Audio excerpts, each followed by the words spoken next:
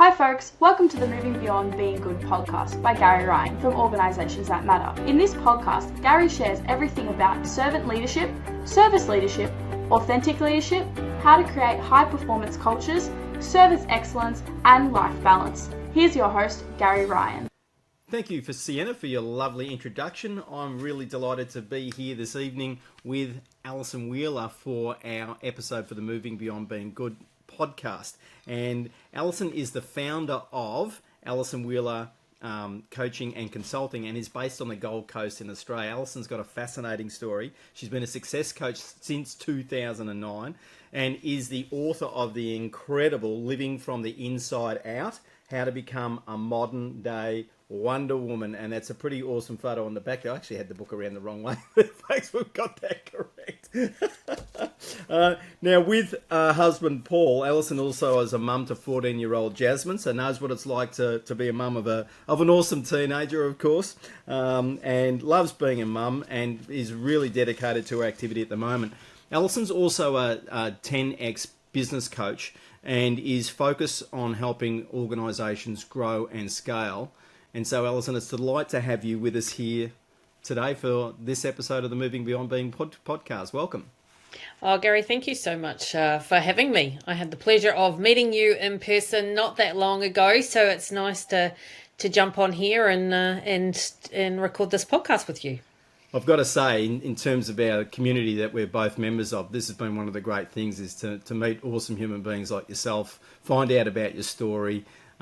Growing up in New Zealand, coming across to Australia, setting your roots here, of course, being very, very successful here in Australia, and some of the success that you've been able to create through your business, very significant seven-figure numbers over time that you've been able to generate has been a massive success, and you're in this phase of your growth and with your own business now, where you're really helping not just individuals but also corporations understand how to perform at their best and deliver the best for the people in the organisation and most importantly for their clients. And what not everyone would know unless they've read your book is that you have been an elite athlete in multiple sports. And let's just hear a little bit about that story, please. Oh, of course. I'll start at the beginning because that's probably the best place to start. I think I grew up in a reasonably, sport was the norm for my family, I think, which was, we grew up in a small town, so it was probably a good thing. Don't quite know what else we would have done. In a little town where I grew up, you either rode a horse or you played rugby, which neither of those things I wanted to do. I tried playing rugby, but I broke my nose and I hated it and I didn't like it. It hurts. It's like, this sucks. So I had a family that rode a boat. I grew up in Cambridge in New Zealand, which has the New Zealand rowing facility there. So pretty great place to decide to row. So I spent many, many hours up and down the river before school, after school, a lot of training, a lot of time. So that would have been, the very first roots would have started in athletics. My father was a runner, so we started with athletics. I started in sport. I think we did little athletics, which was like 5 or 6 or something like that. And then went into rowing. I became a coxswain. I think that was more because I was going to get dragged down to rowing. My sisters rowed anyway, so I might as well do something while I was there. And then after that, you've got to be teeny tiny. So I grew too fast to remain a coxswain. Went on to then, as soon as I could, I actually jumped in a boat and rowed. So moved through the ranks on that. I've rowed in every boat size there is, trialled for New Zealand, won many national titles as well. So, and I loved that sport. It was an absolutely amazing sport from the perspective both of when you row in a single yourself, very different to then rowing into something like an 8 where it's the combination of working as a team and when that team works together, literally the boat just lifts out of the water and it's just something quite incredible. There's nothing quite like the feel of that. And you can tell the difference. Otherwise, it's like dragging, literally the boat drags. There's just, so then from many, many years rowing, and then when I moved over to Australia after I did a Bachelor of Health Science, Occupational Therapy in New Zealand, and moved to Australia for to work here. And then I kind of played around with different sports, touch rugby, footy. I was trying to swim again, just trying to find a sport. And I worked in Western Australia. And then when I came to Queensland, I ended up doing some OT work in a gym with Olympic weightlifters. And one of the people were like, "Oh, you'd be great at this." I'm like, "Oh, I'll give that a crack. Why not?" I'd never ever done anything like that. I'm like, yeah, okay. So started doing Olympic weightlifting. Very challenging sport because you're throwing a bar above your head. While it comes crashing down, you've got to jump underneath it and basically catch it.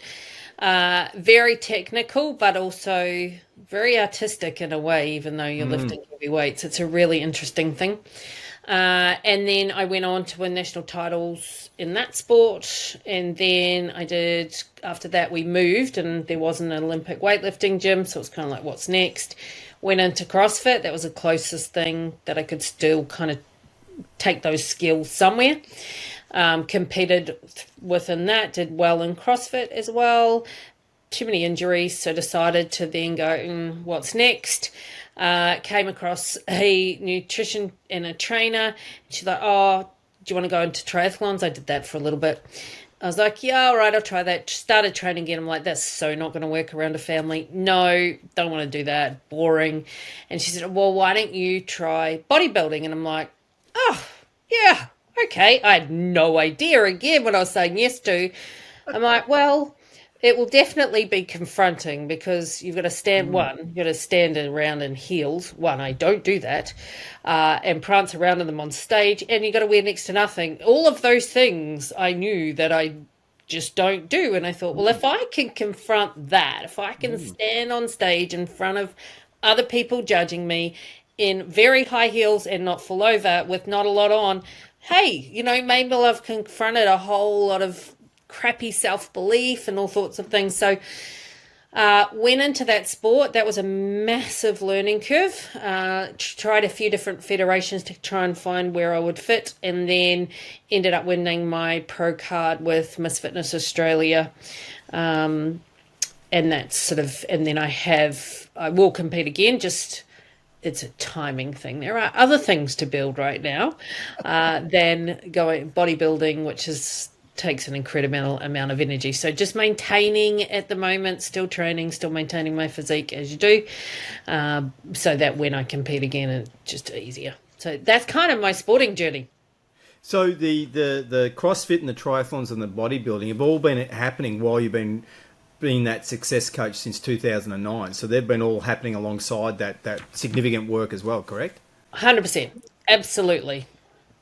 And the commitment required for all of those sports, it would seem to me that that's one of the key transferables into your professional life, because you do not get success at any level in any sport. And I actually did do some Olympic weightlifting myself. So I, as part of my training for Australian rules football, I was very, very fortunate to have some Olympians coach me, as well as an Olympic athletics coach who trained with us coaches as well. And I have a deep appreciation for what you were saying about throwing. In my case, I only ever got a snatch of 72 kilos above my head without it crashing down on me. And I think my best clean and jerk was only 105 kilograms. So that's not a huge amount of weight for someone of my size, to be brutally honest, but that was heavy enough for sure.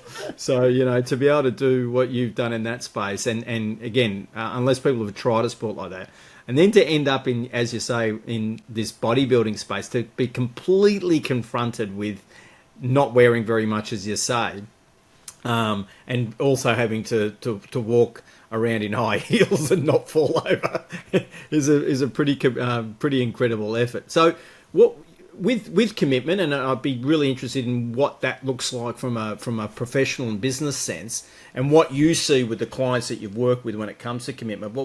And also, Alison, what would be some of the other things that transfer across from that elite athlete world into your professional work? Yeah, look, I know there are so many transferable skills, but you know what, Gary, I think the number one is knowing your goal. Mm-hmm. It's first and foremost. You have to have a goal. You have to know clearly what that goal is. Because how do you know you can be throwing all this work into what? All this effort into, but where is it headed? Where is it going? How are you going to measure? What are you measuring it against, right? Like if you don't know what the goal is, what are you trying to obtain at the end of that thing? Then there's no yardstick, measuring stick, anything for you to kind of figure that out. And I find too that goal, it needs to be beyond anything you've done before. It should make you uncomfortable, right? Like it has to have that uncomfortability in it. And often I find, maybe this is a little more for women than men, that goal that you don't want to say out loud, or that goal that you go, oh, you know, I'm not really, I don't know if I can actually tell anyone that. That's the goal, right? That one that, because just because you don't know how to get there does not mean that's not your goal. I had no idea. Like I knew I wanted to win my pro card, right? Like so the way that I have learned to do goals is I go, okay, I want that. Okay, what is the very best of the best doing at that? Okay, that is at least what I want to do, if not better. Because why do it if you're just going to be crap at it? Like really. Yeah. It's a hell of a lot of effort. It's the same effort to be stinky at it as it is to be good at it, quite frankly. So you might as well reap all the reward for it, right? Like if you're going to put all the effort in. So, you know, it's the same, like in a bodybuilding competition, right? It's the same preparation on stage, no matter what. So if you're going to do all that preparation, why not win it? Yeah. Yeah. Right? Yeah. Like, I don't want to go home and lose. That sucks. So, you know, like I just why, right? And I don't think, because I don't actually think competition is healthy. I think competition with oneself is. So, Yes. so obtaining a goal is not about competing against other people. It is being a better version of yourself every day, and in fact being the very best version of yourself, and also the best demonstration of yourself to other people, because that's inspirational. Inspire others to action through your actions. So, you know, that clarity of goals. And so often, Gary, I talk to people and I ask, so what's your goal? And they will not be able to clearly define any part of that, or it's a blanket statement like I want to be successful, or but what does that mean? How are you going to measure it? So very much a measurable goal with targets, because then you can break that down, right? Like as an athlete, you have a program, you have periodization, you have everything segmented down, and you just walk the path. Now, does that mean the path is a straight line? Hell no, right? Like, absolutely not. There's obstacles, but you still work within that framework. And then it makes the process, it takes the thinking out of it. It takes all the emotion, all the nonsense that we generate. It takes all of that out of it, because you're just following a framework, right? That you can operate within. So I think there's so much of that is transferable over to business, to organizations, that clarity. And then the other thing too that I think translates over, for me, I operate off and I always have, that there is always an answer. Always. So if you are running into an obstacle, you don't know how to do it. Like the most recent, right, with bodybuilding, the first number of competitions, okay, I still placed, but the first number of competitions, I didn't win. And I'm like, this is shitty. Right? I know, right? Like, as if I know what I'm doing. But still, I was practicing in my heels every day. Goodness, like, right? Like, I'm like, come on. So, and I'm like, well, I have to figure this out. What is it that I'm missing? And I knew that I just didn't know how to play that game. Right? I didn't know all the rules. I didn't know how to play the game. I didn't know how to be a professional bodybuilder. I knew how to be me, but he didn't know how to be me as a professional bodybuilder. And so then I found someone who could teach me the beingness of that. Yes. And then I'm like, all right, I'll practice that then. And then it's and then it's that commanding control and confidence, because confidence is a ridiculously attractive trait. 100%. So I don't know if that answered your question, but that was my tangent that I went on. Well, it absolutely did, because, for a couple of things that you spoke about is that, as you know, folks, the Moving Beyond Being Good podcast is proudly brought to you by Organisations That Matter.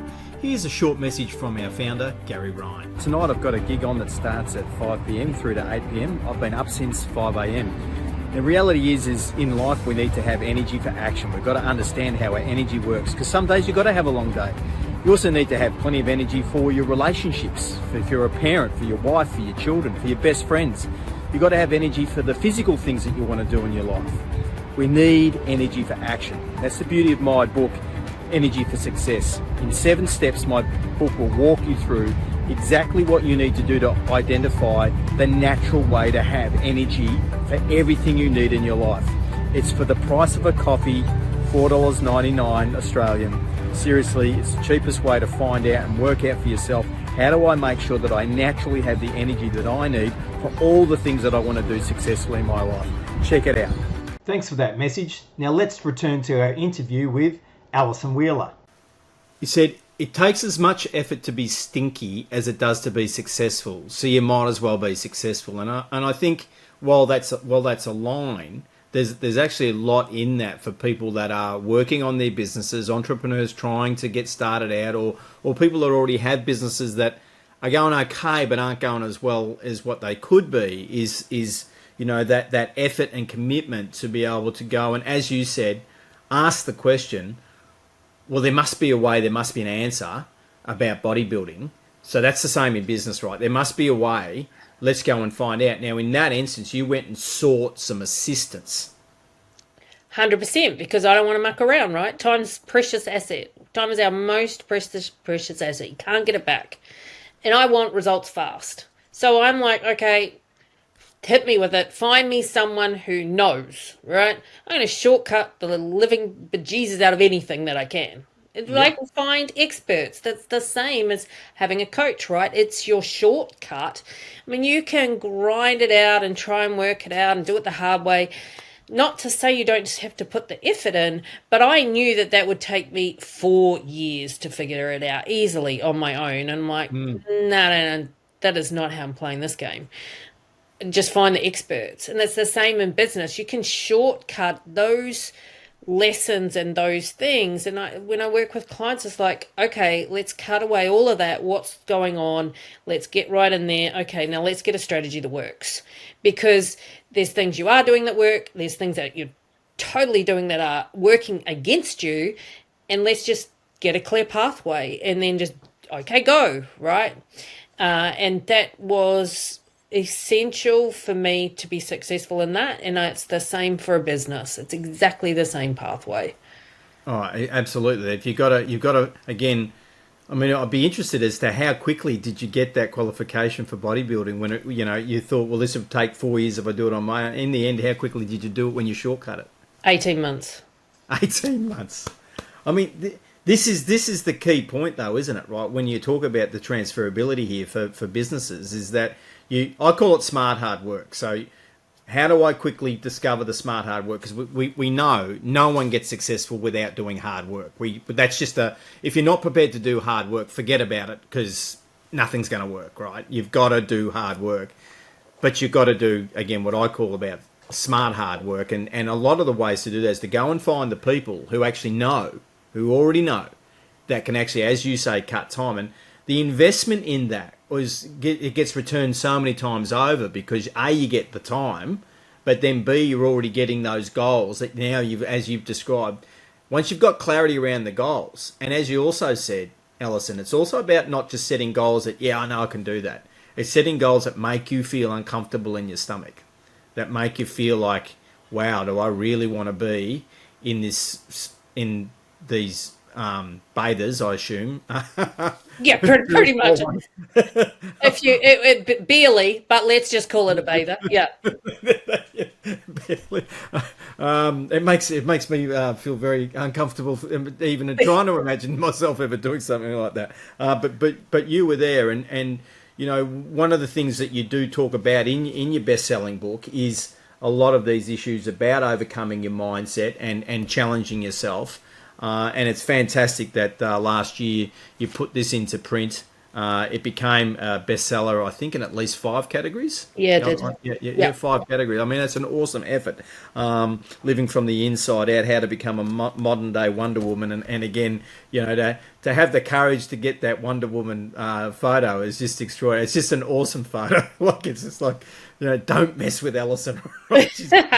Yeah, some people were afraid. I'm like, because people used to say, well, I'm so afraid of you. And I'm like, I never understood that. And then I'm like, oh, well, bugger it. I'll just lean right into that. Right. Yeah. Just own it. Okay. Yeah. Well, yeah. All right. Well, you either want to get results or don't.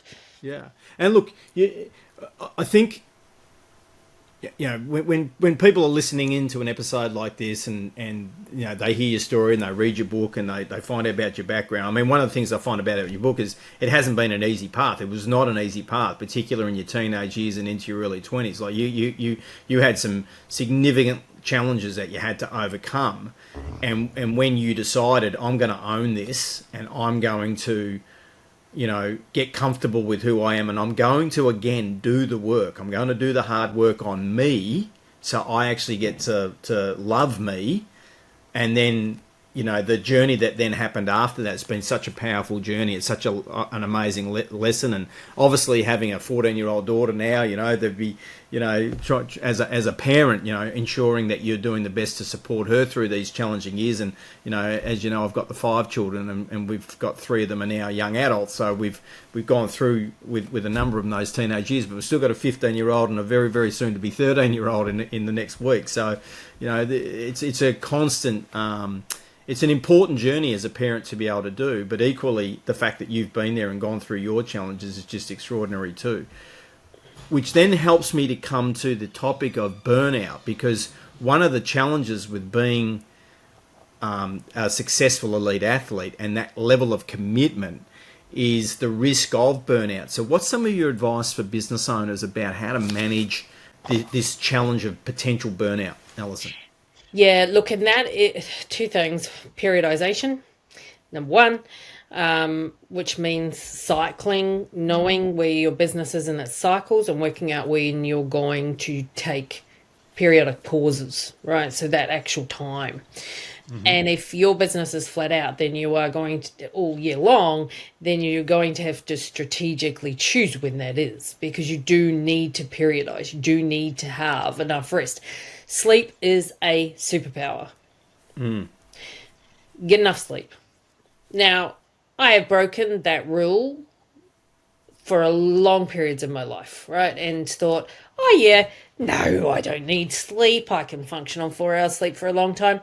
Yeah, it runs out, right? Like something happens, the wheels fall off, or the people who you love suffer and they're like, all right, enough, or literally you will burn out. So sleep is a massive superpower. And the other one too, Gary, is know your values. Know what your values are. What is important to you, and make sure you're living in the ethical guidelines of your values. Ethics are a personal thing, right? So, because what I absolutely know is if you are not in alignment with your own values through your actions, through your words, then there becomes this dissonance, this out of, and sometimes you don't even know, like the way that I first felt this when I worked out what burnout, like you get to the bottom of sort of burnout,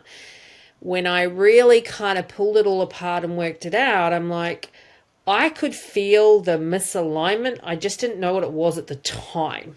And I ground against that thinking, well, I must need to fix something. I must be broken. That why often people go into personal development, because we think we need to fix something. There's nothing broken with you. It's a values misalignment. And if you keep grinding against that values misalignment, as opposed to getting in alignment, if you keep grinding forward against that values misalignment, there is a big wall coming and it's going to hurt. Yeah. And that is the classic burnout, because usually then we go into overwork to make up for the values misalignment. We start shortcutting things in terms of our own self-care. Certainly from my experience, and a hell of a lot of time unpacking burnout. And then that triad of things results in what I notice is the universe, or if you want to call it that, or something will tap. You'll get a small sign, right? Like little things will start kind of showing their head, and we're often, oh, no, particularly as someone who's very driven, you're like, no, I'll deal with that later. It's okay. I can keep going. Just hang on a little bit longer, right? Like I'll take a break when we get to this goal, when we get to this next signpost, but you never do. But then all of a sudden the freight train hits because you weren't listening, right? Like it's way easier to deal with the tap than it is to deal with the freight train. I have dealt with freight trains, and it's not worth it. It takes such a long time to come back from that. Yes. And as you say, making sure you sleep properly. And I think people, some people like to wear the lack of sleep as a badge of honor. 100%. It's not. No, it's not. It's not. And similarly, the idea of planning and booking in holidays in advance so that you have your rest and recreation time, you have your downtime. Now, holidays don't even necessarily have to be, a big holiday away. It could be a long weekend actually at home. Like it's one of the things I talk about. You can actually plan to just have a long weekend at home, and we're going to do family stuff. We're going to have a jammy weekend. 100%. You can do that from like the Friday night right through to Sunday night, and it actually feels like an incredibly long time. Yeah. And the other thing too is nourish yourself with good food. I prepare my meal every Sunday. I prepare all my meals, because if I am too busy to not do that, because if I don't, I won't eat properly, and I know the consequences of that are also huge. It's as bad as sleeping. I carry around water bottles with times on them so that, one, I can actually monitor it, and then I know that I'm getting my water in, because water, nutrition, sleep, 3 basic things that you cannot do without. Yeah. I mean, again, for business owners and people senior in organisations, these are, water, nutrition, sleep. The principles are exactly the same, right? And it's important to have little things. So, having your water bottles marked with the time that there's meant to be drunk by is what I'm assuming is your strategy there. Yeah. Yeah, I know. But I also implemented that with my daughter, because she wasn't drinking enough water, right? And now she drinks 2.5 liters every day, no problem, because she likes the game. She likes the game of the time on it. And I'm like, great, perfect, problem solved. Exactly. And, it's just basic Maslow's hierarchy of needs. How you've got to meet your physiological needs in order to be able to move on up past that. So just the simplicity of that is a very, very basic thing that anyone can do, and as a business owner, if you have employees, it's also something to monitor, because we all know what we're like when we're hangry. Right? Like, it's not a pleasant experience for anybody.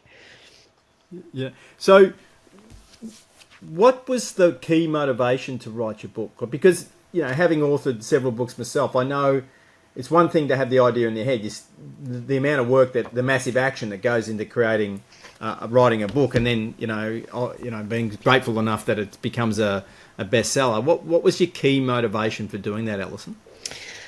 Yeah, look, I felt like when I turned 40, another kind of, I think there's different phases in your life. So when I turned 40, don't know if it was just because I turned 40 or it just happens to be that was the age.